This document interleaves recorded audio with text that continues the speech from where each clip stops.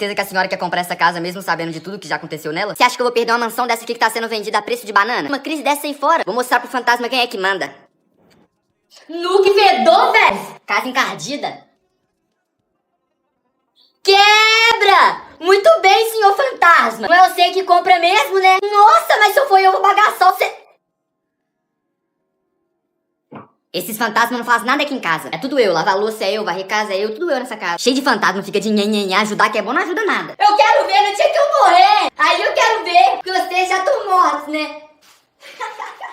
Como é pra senhora morar numa casa mal assombrada? Assombrado o quê, meu filho? Assombrado seria se você estivesse lá. Corta, corta. Eu odeio que me assusta. Vou contar até 3 pra você sumir da minha frente. 1, 2...